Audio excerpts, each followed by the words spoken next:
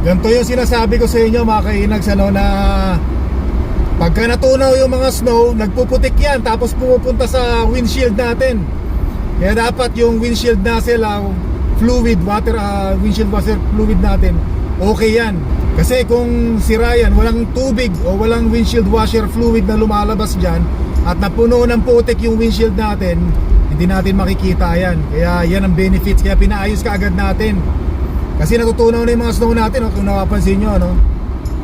Yan, so may tubig na lumabas, ano? O, di ba, linaw? Winter, spring, summer, or fall. Tuloy ang buhay sa Canada. Kaya pagka meron kagad ako na-encounter na may problema tong sasakyan natin, pinapaayos ko agad mga kainis, ano? As soon as possible. Kasi talagang, siyempre, sasakyan natin, andyan yung safety natin, eh. Ayan, nakasikat na si Haring Araw. Ang ganda na ng panahon natin ngayon, ano? Ngayon ay positive 6. Mga kainags, ano?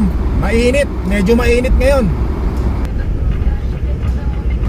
Tapos ang kakatakutan natin ito, pag biglang lumamig uli, yung mga natunaw na snow na yan, yan ang nakakatakot pag lumamig uli.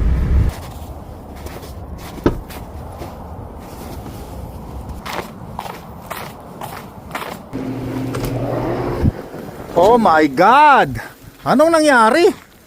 Ba't nagkaganito ang panahon natin? Oh my gulay! Ang lakas ng snow! Ang bihira naman! Ano ba tong nangyari na to? Kanina nung pumasok tayo, maayos no? Ang bihira naman mga kainags, ano? Ano ba nangyayari to? Ang lakas ng snow, ano?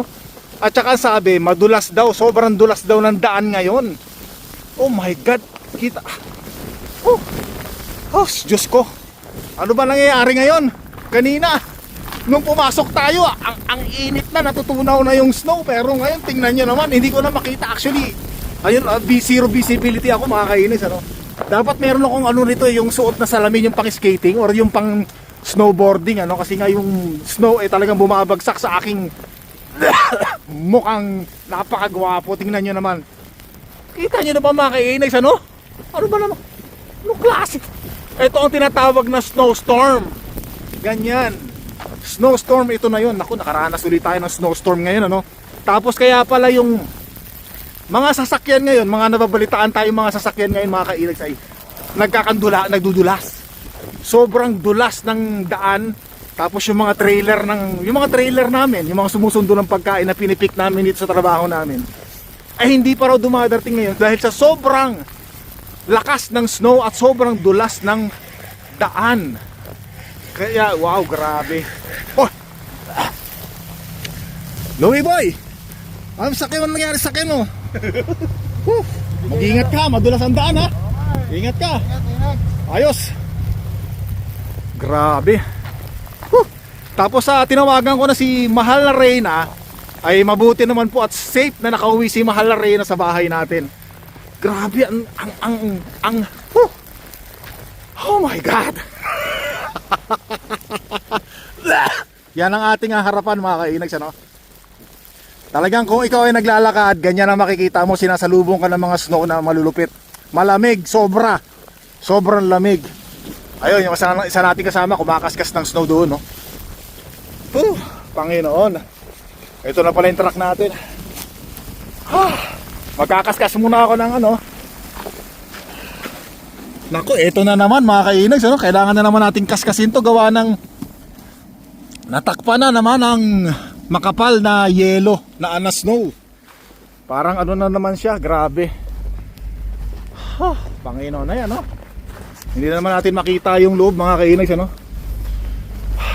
Grabe. Ito yung sinasabi natin kanina na hindi natin ina-expect yung mangyayari mamaya. Although nasa forecast naman, pero hindi ganito yung ina-expect natin. Nakalakas yung snow, sobra yung snow. Sigurado nito pag uwi ko magpapalo naman. Ay hindi, papatapusin na lang muna natin yung yung snow na to, at sigurado bukas makapal ang snow mga kainis kung napapansin nyo. Yan, at siguro bukas ay magagamit na natin yung ating snow thrower. Pumapasok yung snow sa bunganga ko habang ako'y nagbububunganga rito, no? Ayan, no? Kita nyo naman, hindi nyo na makita yung ano kung kayo nagmamaneho, kung kayo nagdadrive. Hindi nyo na makikita yung dinadaanan nyo kasi zero visibilities mga kainags. Oh. Which is yan yung nakakatakot magmaneho. Kaya ngayon, ibabalik ko sa 4-wheel drive yung sasakyan natin. Panalo to, panalo. Ay ba, teka muna, ayusin ko muna tong pinagano ko. Para makauwi tayo na maayos. Marami pa palang gagawin. Magtatrabaho pa pala ako ng kaskas balungos dito sa salamin ng windshield ng sasakyan natin. Panginoon. Yun, kala ko. Pero kung tumagal-tagal pa to, mapuprosin na naman to ano natin na to eh. Dali lang mga kinis, lagay ko lang ating bag dito. Tapos syempre kukunin ko yung pangkaskas na malupit. So kakaskasin ko muna to mga kainags, ano?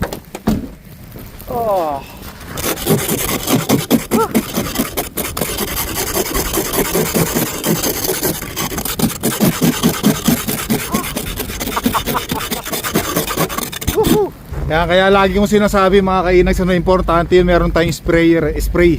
Ano to, yung windshield washer fluid spray. Mas makakatulong to, mas madali. Yan. Mas tutunawin niya kaagad yung mga snow. Mas madali siya makaskas. Grabe, tingnan nyo naman, oh. Hanggang ngayon, ano? Naku po, Panginoon. Teka muna, babrush ko muna rito banda. Ito ang sinasabi natin, nakapag winter, snow, matrabaho. Sa halip na uwi na lang tayo ng bahay natin eh. Meron pa tayong trabaho naghihintay sa atin, ano? Nako, dulas, sobrang dulas. Ay, Panginoon, maraming salamat. Ay ko, dulas, madulas. Oh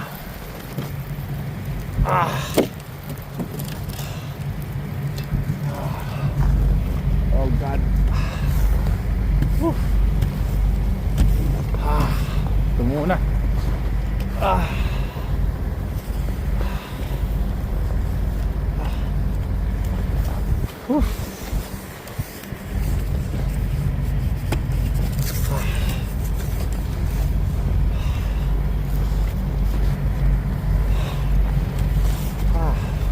Pagkalinis mo, mapupuno rin ka agad ng ano ng snow eh.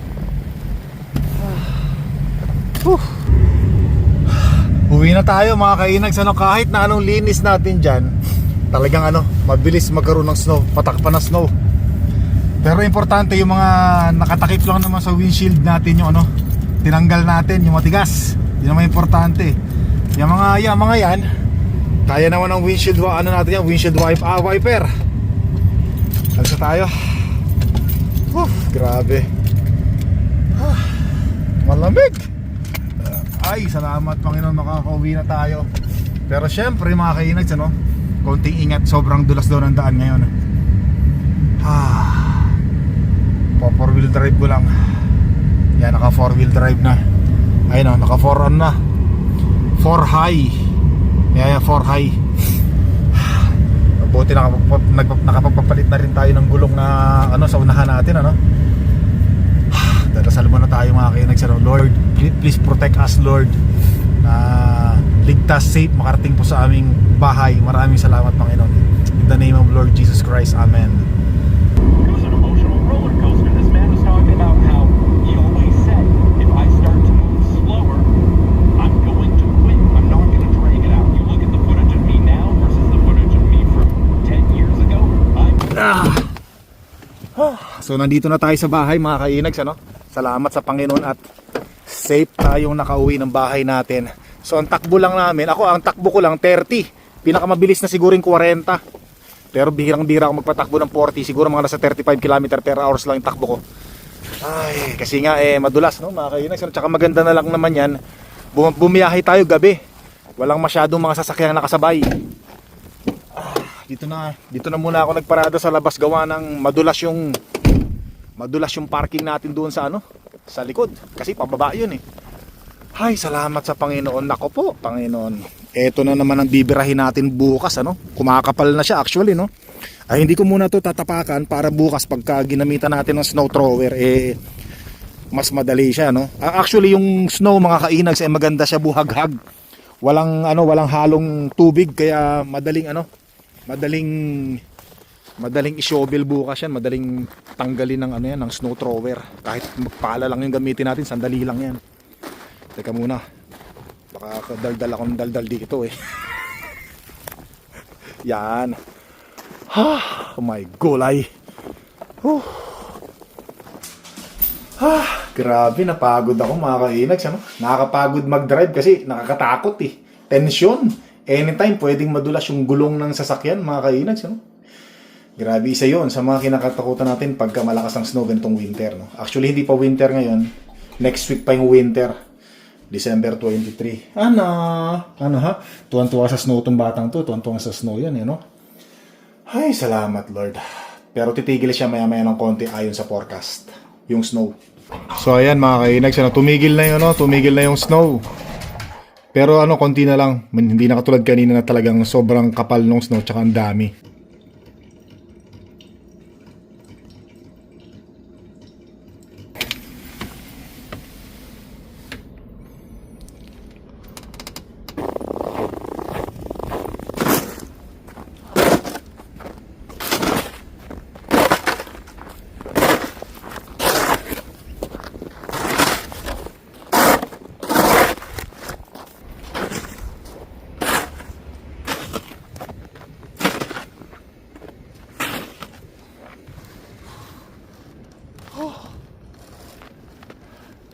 Sakit sa braso, sakit sa balikat, sakit sa balakang.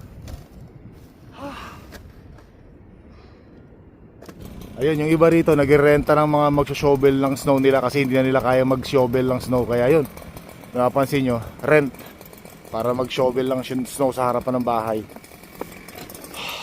Ayan, okay na mga kainags, ano? Ayun na. Okay na, sarap ng lakaran. So nabanggit ko sa inyo nung nakaraang vlog natin, yung nanay ko habang umaakyat sa hagdanan, hindi niya raw napansin na mayroon pang isang baitang na ganyan, ano. Kung baga nangyari, pag akyat niya sa hagdanan, akala niya walang baitang na ganyan, walang steps. Paglakad niya, yun, bumagsak siyang gano'n, tumama yung uso niya sa ganyan. Yun ang kwento niya sa amin. Mabuti naman, okay na po yung nanay ko. At safe naman siya, at saka walang serious damage. Nag-send siya ng maraming picture para hindi na raw kami mag-alala ng mga anak niya. Ayun na po yung ating pathway, oh. Okay na. Meron pa isa, yung garahe natin doon. Hindi pa tapos.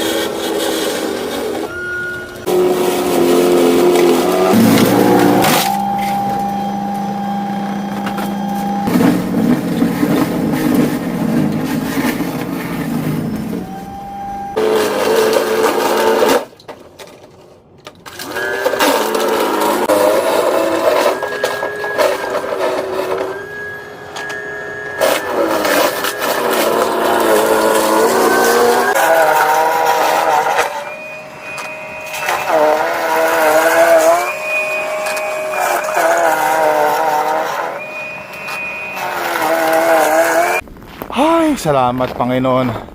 So mga kainags, malaking tulong talaga yung snow thrower natin. Kasi kung mano-manong pala ang ginamit ko doon, nako masakit sa balakang, matrabaho. Sobrang pinakamatagal na matrabaho yung garahe natin sa labas.